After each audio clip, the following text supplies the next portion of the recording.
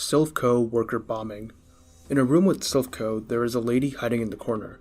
When you talk to her, she initially sounds very frightened, but upon realizing that you're not a member of Team Rocket, she calms down and gives you the TM for self-destruct.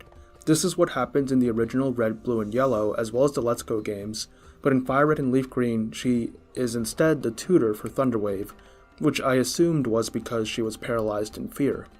But why self-destruct in the other games? I mean, there has to be a reason why they had this specific NPC give you that specific TM. Some people speculate that she was using the self-destruct TM to create and set off a bomb using a Pokemon, to try and avert Team Rocket's takeover, which honestly seems rather extreme to me. At that point, you're harming the company more than Team Rocket. It's also a bit weird that she'd be willing to do something like that when we see that she's skittish and scared. Maybe she fought through despite the fear. Damn, she deserves a raise if that's the case. Mewtwo was created from Ditto. Kind of the opposite of the Ditto was a failed Mewtwo theory, this theory states that the scientists used Ditto to clone Mew, and then modified that Ditto to create Mewtwo. Think about it, if you're a scientist wanting to clone a Pokemon, you would start off by using the Pokemon with malleable DNA that can literally copy any other Pokemon. By getting a Ditto to copy Mew, they were then able to experiment on the now transformed Ditto and modify it to eventually get Mewtwo, creating a whole new species of Pokemon. Pokemopolis was for Dynamax. Pokemopolis is an ancient ruined city in Kanto, only found in the anime. In this episode, ancient relics release a giant Gengar, Alakazam, and Jigglypuff. Retroactively, it's possible that Pokemopolis was built on a power spot in Kanto, which caused wild Pokemon to Dynamax and go berserk like in the games, which we see in the anime. The ceremonial markings on the Pokemon could be that some ancient Kantonians saw these giant Pokemon and worshipped them, while another faction sealed them away using special devices, possibly a very early version of whatever system is used in the Dynamax Pokeball. Hyena Man is a faller. There's this mysterious man in the Hyena Desert of Alola who asks you to bring him either a Soul Rock or Lunatone based on the version you're playing, which is a bit odd for an in-game quest since neither Soul Rock or Lunatone are even catchable in Sun and Moon or the Ultra versions. You'd need to transfer them in from another game through Pokemon Bank. But if you do give them to him, he says that the Pokemon helped him remember the time before he was abducted, and that the star pulses given to him by Lunatone or Soul Rock 30 years ago have been made safe, as he entrusted them to a group of men. Then he says he'd never forget the people of this world, gives you either a Sun or Moonstone, and then pulls a "My people need me" and levitates out of there. This theory states that he's a faller since he had memory loss and also traveled through space, which could be ultra space, especially considering the games he's in. However, I don't really think this is the case, especially after that weird cutscene. It seems to be related to the O powers, as the group of men he mentioned could be the old guys in Omega Ruby and Alpha Sapphire who gave their powers to Mr. Bonding. I mean, Bulbapedia mentions the Hyena Man in their article about O powers, so at least they think that this is the case, and that's a pretty good source. Latios, Latias, and Togepi. Latios and Latias have some odd similarities to the Togepi line, mostly in visuals, with all of them sharing the same shades of red, white, and blue colors, as well as the general body shape even. They also have a similar theme of healing, peace, and happiness. While some people theorize that somehow Latios and Latias created the Togepi line, I think their connection is much more abstract. To fully understand it, we'll need to take a dive into Gnosticism. In Gnosticism, there exist emanations of God called aeons, which are basically perfect souls that can manifest themselves in the mortal world, incorruptible unlike angels. Aeons are literally extensions of God, while angels are separate, lesser beings that serve it. Aeons usually come in duos, one masculine and one feminine, and through their combinations they ascend this binary, becoming something more perfect. I am very sure that Game Freak based Latios and Latias on Aeons. First of all, they're both called the Eon Pokemon, similar to Aeon, and unlike most legendaries, they actually both have genders, with Latias being female while Latios is male, so they're a male-female duo like Aeons are. Additionally, they're also both tied to souls, as their signature item is the Soul Dew, and like Aeons, when they ascend, aka Mega Evolve, they lose the imperfect, gender-based distinctions that make them separate and become literally the same exact design, the masculine blue and feminine red mixed to become a single androgynous purple. So I think it's pretty established that the Eon twins are based on the Gnostic Aeons. So where does that leave the Togepi line? Well, if the Aeon twins are the superior Aeons, the Togepi line represent lesser angels. As Aeons and angels are similar, the Aeon twins and Togepi line share similar traits, such as color and general body design. But the Togepi line are lesser, which is why they're normal Pokemon while the Aeon twins are legendary. But the Togepi line still has that divine connection, and even in game it is stated in the Pokedex that since ancient times they have been known as bringers of blessings. Sounds pretty angelic to me. The design also takes inspiration from typical biblical angels as well as doves, which also have that direct connection with the divine in several religions. And I believe its role in the games also supports this theory. Togekiss is when the line goes full angel, and this evolution was introduced in Gen 4. At the same time, Game Freak went all in on the religion of the Pokemon world with the introduction of Arceus, so they were probably thinking a lot about religious connections during this time. But it's Togekiss's role in Legends Arceus that interests me the most. The most prominent appearance of Togekiss in the story is as Volo's ace Pokemon. This is an interesting choice. Of course, you can say that it's just because Cynthia, his descendant, also has a Togekiss, but Cynthia's ace is a Garchomp, so why not have Volo's ace also be a Garchomp? After all, almost every other character in Legends Arceus shares the same ace as their descendant. Well, this is because of Volo's connection to the divine. He tells us that in his quest to meet Arceus, he became a devotee of Arceus, worshipping it and serving it. So what better Pokemon to be his ace than a Togekiss, who as an angel would be a fellow servant of Arceus?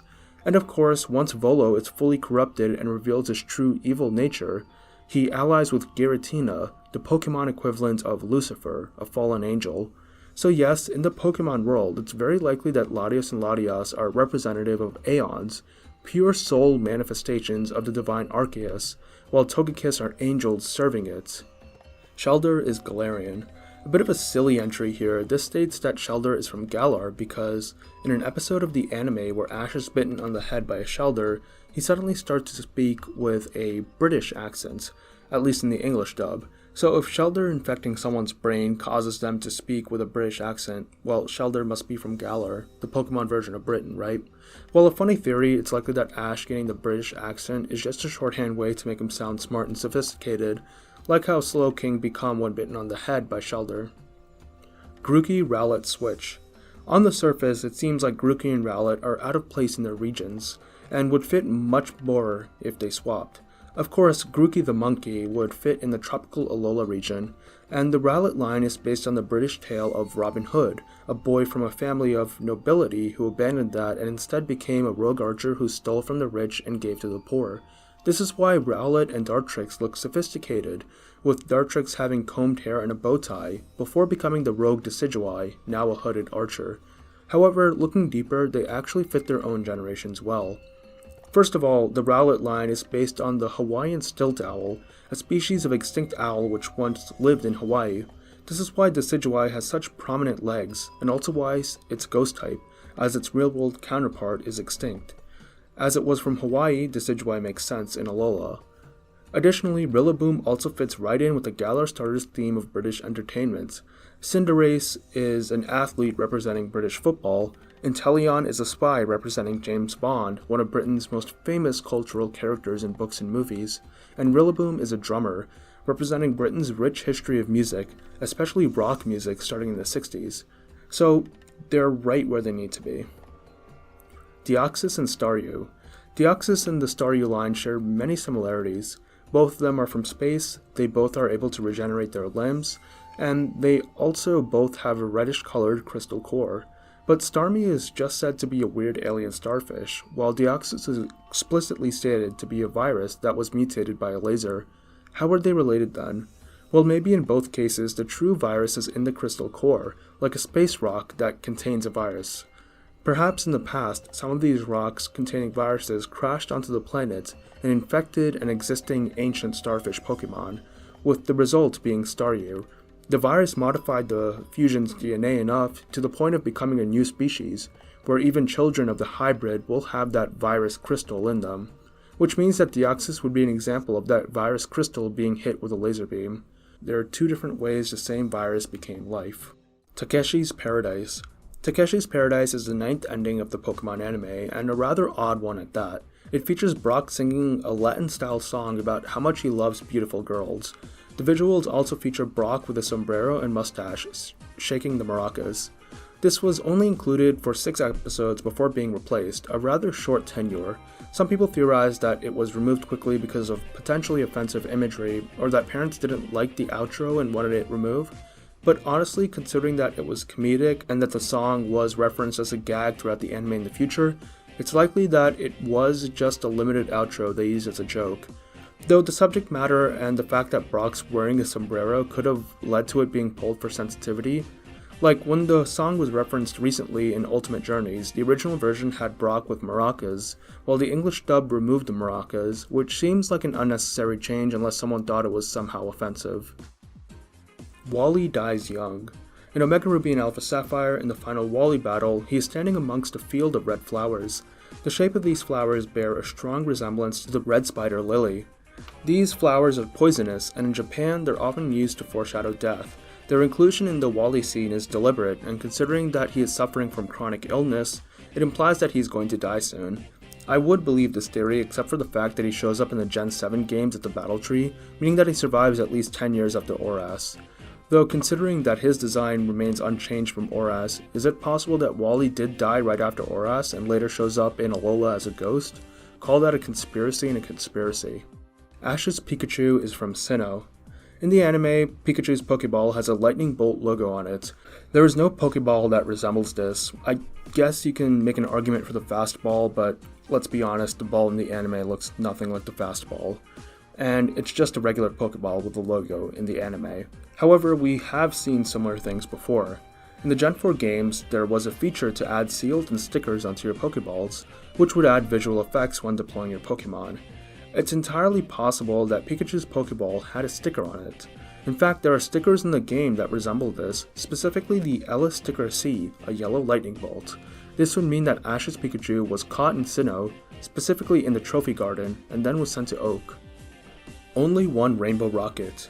Pretty simple theory, there is only one Rainbow Rocket across the Pokemon multiverse, including all the different mediums. We've only ever seen them twice, once in Ultra Sun and Ultra Moon, and once in Pokemon Go, if you believe the theory from before in the Iceberg. And yeah, this makes sense. Rainbow Rocket is already consisted of members from across the multiverse, so there would only be one. Unknown and Ultra Beasts. Pokemon Daisuke Club Mystery Files was a series of promotional videos released by the official Japanese fan club in the lead up to Ultra Sun and Ultra Moon, investigating mysterious Pokemon such as those from space, those from different dimensions, etc.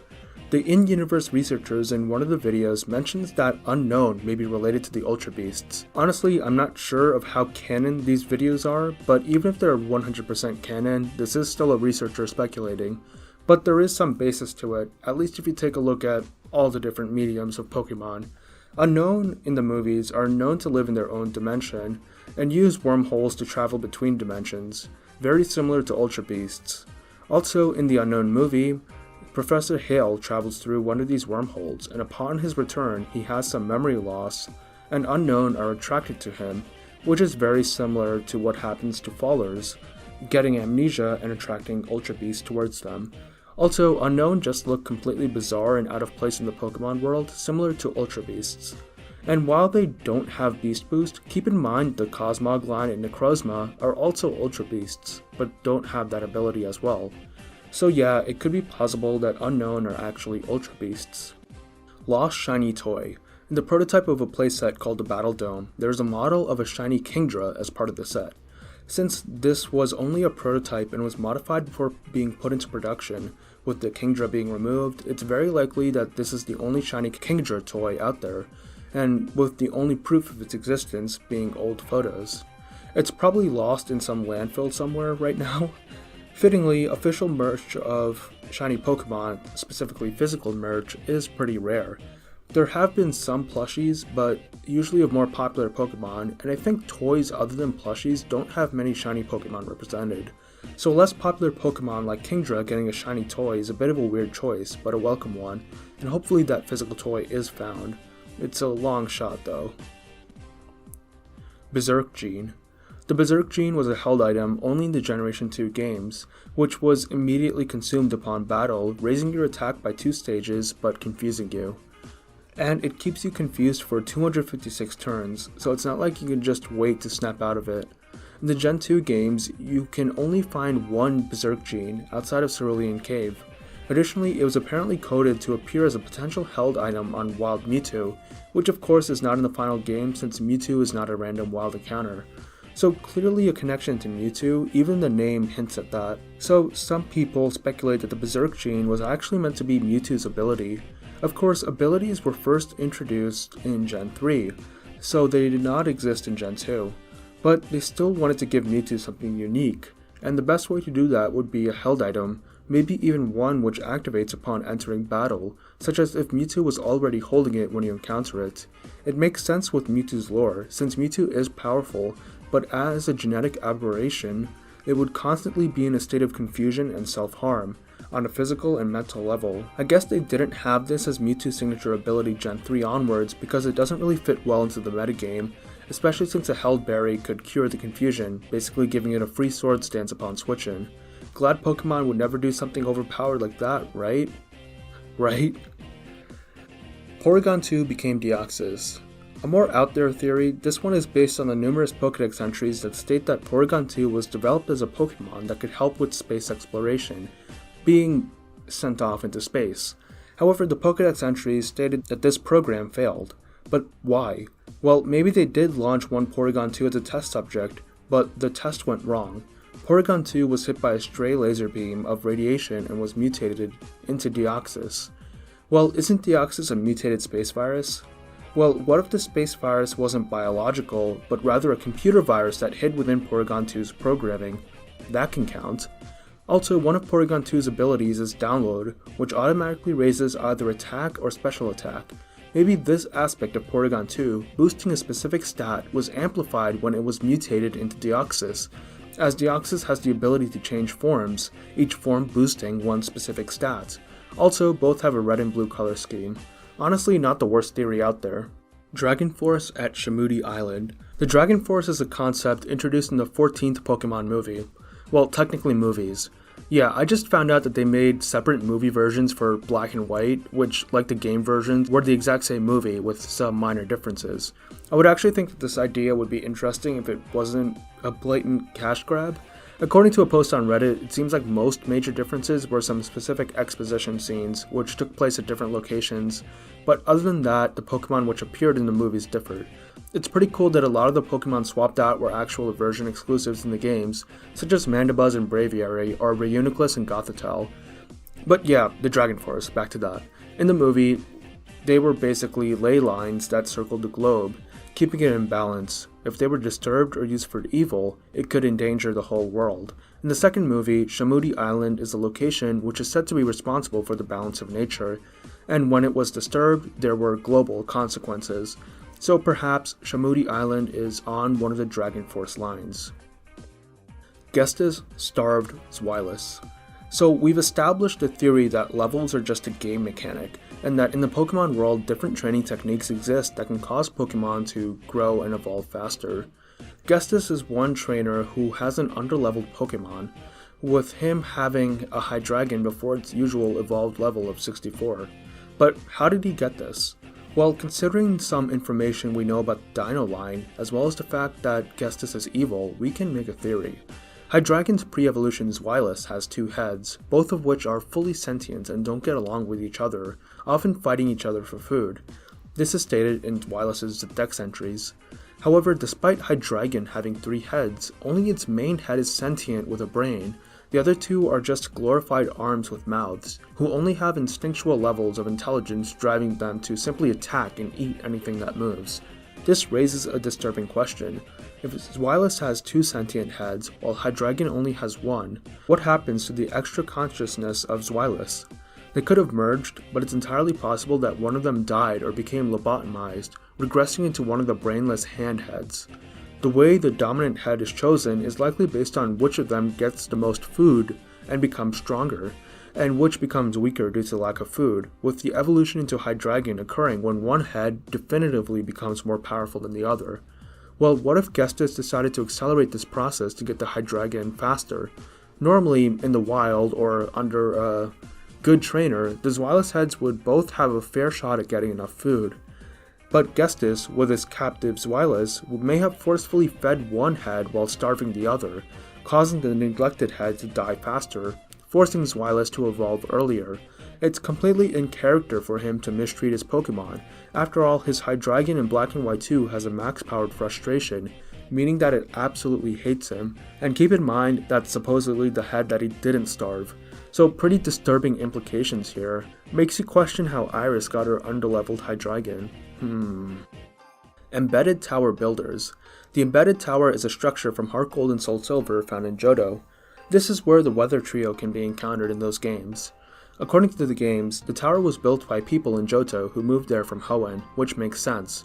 In the Adventures manga, the tower has an explicit connection to the Draconid people, which once again checks out, and it's reasonable to assume the same for the games universe. And what other group of people do we know travel from region to region with deep knowledge of legendary Pokemon? That's right, the Sea Peoples. The Embedded Tower strengthens the theory that the Draconids and the Sea People are one and the same. Paldean Dead League. This theory states that the Paldean Pokemon League doesn't really get that much activity or support. During the game, it's mentioned that the majority of people who try to take on the gym challenge don't even make it to the final gym. If you look at the school plotline, it seems that a majority of students are not interested in taking on the league, and strong trainers definitely are lacking since Nemona has been bored out of her mind and latches onto you as the story continues, since you're presumably the only other strong trainer in her age bracket. It's a bit interesting since Paldea is the only region we've seen so far where champion is a rank of trainer rather than a title an individual holds. So you would expect that we'd be seeing multiple champion ranked trainers, but we only ever see Gita and Nemona. Speaking of Gita, it also seems like almost everybody else in the Paldean League hates her. When rematching them, all the gym leaders talk about how overbearing they find her. They all have other jobs they'd rather do other than being a gym leader. But it seems like Gita is somehow forcing them to stay as their boss. Brassius was ready to cancel on his inspection with her just to be with us. And keep in mind, inspections are mandated to keep their job as leader, so obviously he doesn't care and would rather do something else. Tulip says that she doesn't like Gita and was glad we came in her stead. Grusha says that he doesn't really like being a gym leader, but since he can't snowboard anymore due to his injury, he basically needs to put up with the gym leader job, since if he doesn't, he has no career paths left and will basically go homeless. And Larry just openly despises her, but still listens to what he says due to her being his boss and him needing the job. The Elite Four is also rather interesting. First of all, compared to many other regions, where the League building has a built-in Pokemon Center, shop, and employees to check badges, the Paldean League has one of the Elite Four members, Rika, basically acting as a secretary, which is unusual. Rika also mentions that Gita strong-armed all the Elite Four into being the Elite Four, meaning that they were all initially unwilling to join the Elite Four but were forced into it by Gita. And that's not the only anomaly. One of the Elite Four members, Poppy, is a literal toddler, a very talented toddler, but still a toddler. And if Gita strong-armed the entire Elite Four into joining, it means that she literally forced a toddler into working for her. Of course, Larry is also here as an Elite Four member, while also being a gym leader, while also having a regular job. This means that the league is so desperate for members that they had to reuse a gym leader as an Elite Four member, something never seen before. No, the Galar tournament doesn't count, that's a different format. And keep in mind that Larry was also forced into doing this, meaning that he's being forced into working 2 extra jobs against his will. All of these disturbing details about the league are in contrast with every depiction of the league we've seen before, which were all positive, with leaders and Elite Four members generally being happy to be a part of it. It honestly makes me think, especially with Larry's character, that the Paldean League is based on Japanese black companies. Obviously, companies like this exist all over the world, but they're especially a problem in Japan. Black companies are those which have a highly abusive workplace environment, trampling all over the rights of employees.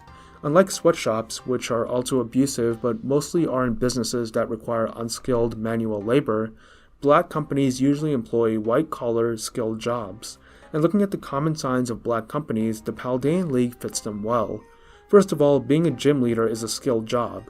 Black companies usually force the worker to work long hours of unpaid overtime, going over the responsibilities required. Makes sense, given that Larry and Rika both need to work 2 roles within the league. Black companies usually force employees to stay quiet about the abuse they face, saying that they should listen to their bosses and endure the mistreatment. Larry explicitly says this. He doesn't like what Gita does and what she makes him do, but he still puts up with it because she's his boss. And there are usually high turnover rates since not many people want to work for the company, but the company will force however many they can to stay with the company, either through straight up just refusing resignation letters, telling the employees that if they leave they'll ensure that they'll never get a job with another company by poorly reviewing them, or by exploiting people who need the job, such as those in desperate need of money, or immigrants who need employment for their visa, or may not know their employee rights within Japan. This checks out for the Paldean League as well. As we saw, there aren't a lot of employees, meaning people who don't want to work for them. Gita is forcing the gym leaders and Elite Four to stay at the job, requiring them to pass multiple inspections in the process, despite the fact that leaders like Brassius want to quit, and people like Larry, who need to work multiple jobs to survive, or Grusha, whose position as a gym leader is literally the only job option he has, are forced to stay and endure the bad working environment. So yeah, no wonder why the Paldean League is dead.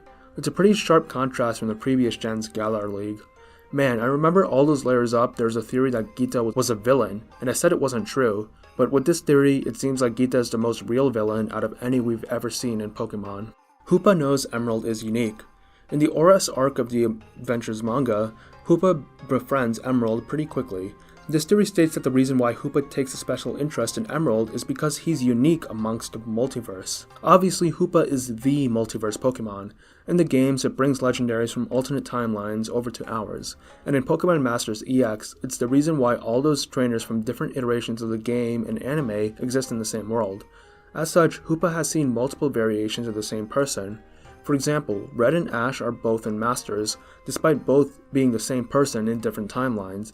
The same goes for our manga characters. Sapphire is the manga version of Mei from the anime and the games. However, Emerald is a character who does not have an alternate universe counterpart in any other medium. He is totally unique, which is why Hoopa would take an interest to him, as Hoopa would think that he would have some importance as a unique character in the multiverse. Jesse James' inconsistencies.